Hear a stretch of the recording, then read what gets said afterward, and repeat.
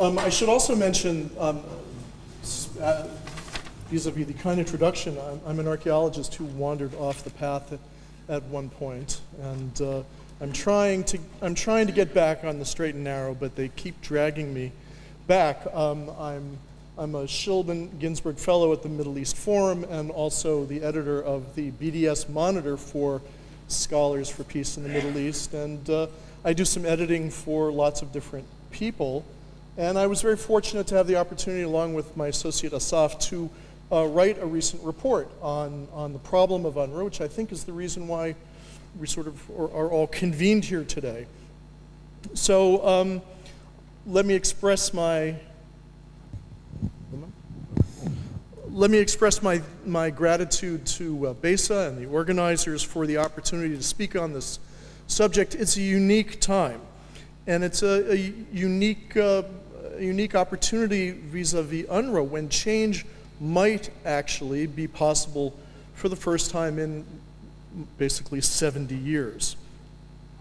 It's necessary for me to preface my remarks about UNRWA and the problem of UNRWA and what to do with it by saying that nothing that I have to say, or I think Asaf has to say, really is designed to prejudice the desire for a two-state solution. The question is really how and when and under what circumstances, and I'm not sufficiently prescient to know those circumstances. The Palestinian-UNRWA relationship is unique. The economic, cultural, and political dimensions of this fusion between a people and an international organization. Unlike any other refugee situation, at least that I'm aware of,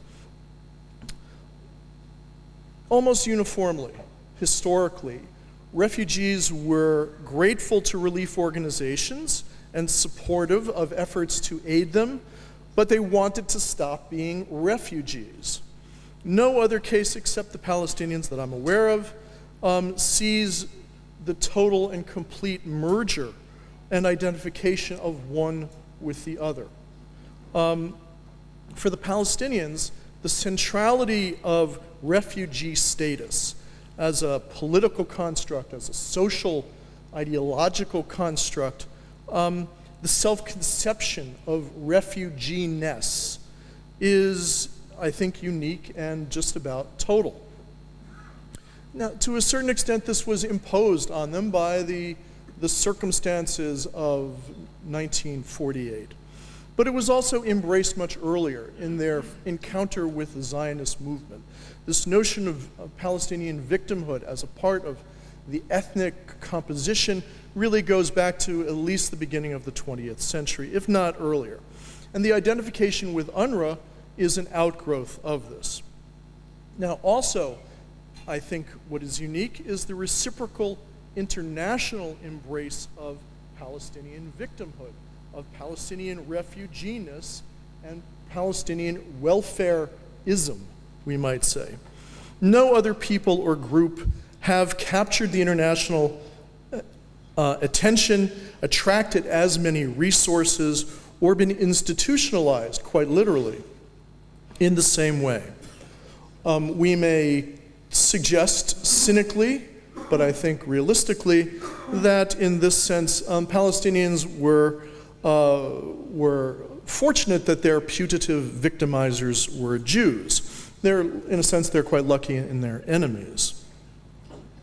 The anomaly of the UNRWA situation is heightened when we look at something of the history of refugee crises and refugee relief efforts.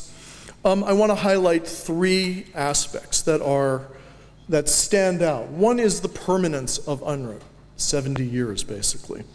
The second is the takeover of the organization by its charges, by its subjects. And the third is the question of moral hazard, the assumption of responsibility by the international community, which effectively means that everyone is responsible and that no one is responsible. We should recall that prior to the late 1850s, there really were no international relief organizations, welfare organizations, or NGOs, as we would call them today. It's only after 1859 and the Battle of Solferino that the Red Cross is born, and it's in the second half of the 19th century that the Red Cross concept begins to take off. But it's not really until the 20th century that relief organizations become a phenomenon in the West. And these are brought about by the Balkan Wars, the Armenian Genocide, and of course the catastrophe of World War I. In response to these, and it's not just World War I, recall, it's the Balkan Wars as well.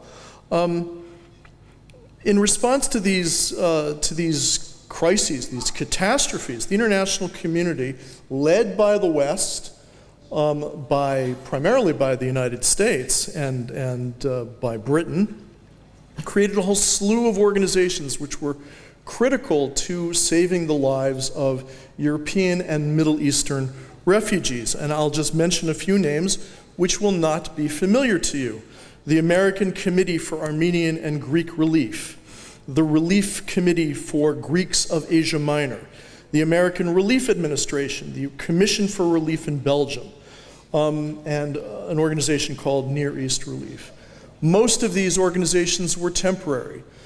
Most of them were either non-governmental organizations or they were what we would call today public-private partnerships. Almost all of them went out of business within a few years after the crisis was addressed. Most had religious sympathies as their motivations. All were explicitly pro-Western and pro-Christian. So in this sense, we can regard them as a form of imperialism, but so be it. Most were temporary and were run by non-locals. And it is through these organizations, and there are many others, that millions of European refugees and millions of Christian Middle Eastern refugees, thank you, were offered relief and aid. And then they went out of business, these organizations did. The lesson here, I think, is quite clear, is that temporary is good. Permanent organizations are a different story altogether. Permanent organizations are putative solutions in search of a problem, which is, I think, a huge lesson for UNRWA. Permanent organizations change their mission in order to address their own permanence, to ensure their own survival. So, for example, what is called today the Near East Foundation was once an organization called Near East Relief.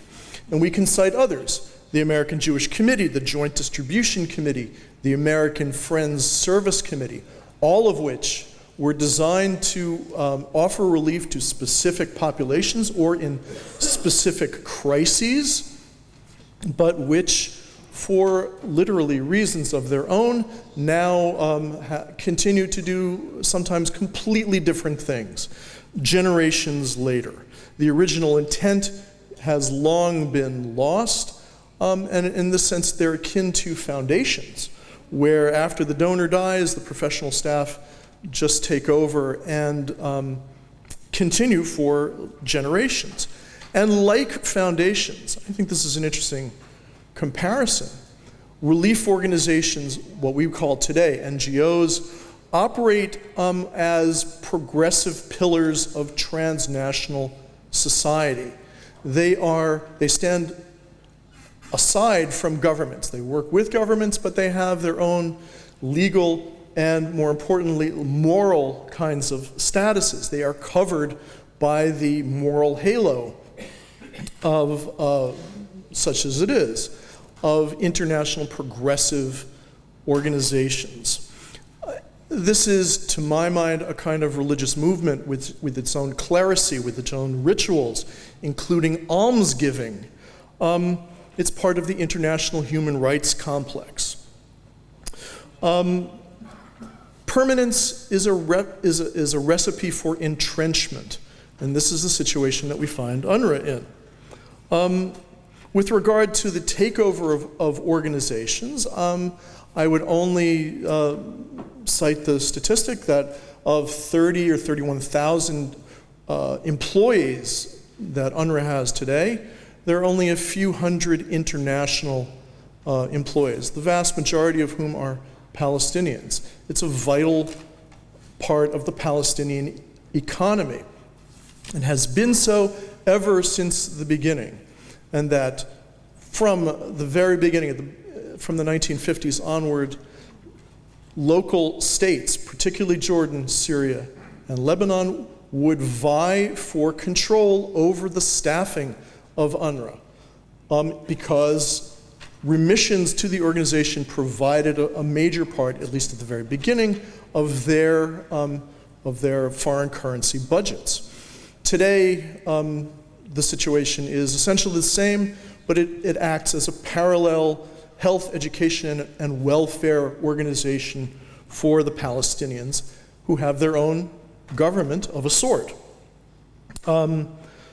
And then there's the question of moral hazard. Moral hazard is simply that because everyone is in charge, because UNRWA is chartered by the United Nations General Assembly, and only the General Assembly can put UNRWA out of business, technically, officially somehow, then, and it's internationally funded on a contribution basis, then everyone has to assume responsibility, which means that no one assumes responsibility, which means that the organization itself, as it has in so many different ways, taken over and set its own budget, set its own policies, set its own future.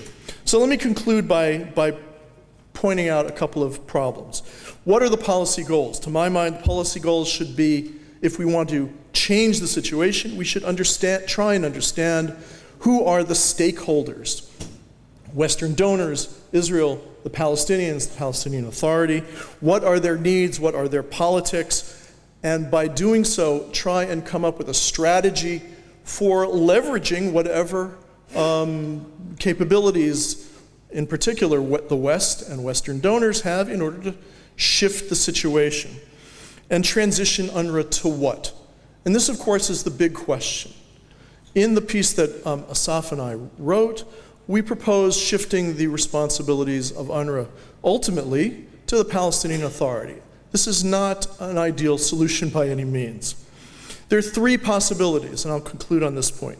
To keep UNRWA as an independent organization, to move responsibilities to UNHCR, the High Commissioner for Refugees, as some people have proposed, or to move responsibilities to the PA. Each has obvious pitfalls. To my mind, only moving responsibilities to the Palestinian Authority offers three possibilities. One is guaranteed, obvious corruption, where the organization will be massively exploited by the Palestinian Authority and ripped off, and as will Western donors by default. But only the PA will offer political cover for the process of transitioning responsibility away from UNRWA. The Palestinian issue has a way of corroding or corrupting international institutions, and that's why I would be loath to move the responsibilities to UNHCR. And ultimately, theoretically, hopefully, this would offer a path towards Palestinian self-determination of some sort and at some time. So with that, let me conclude and say thanks again for the opportunity to speak.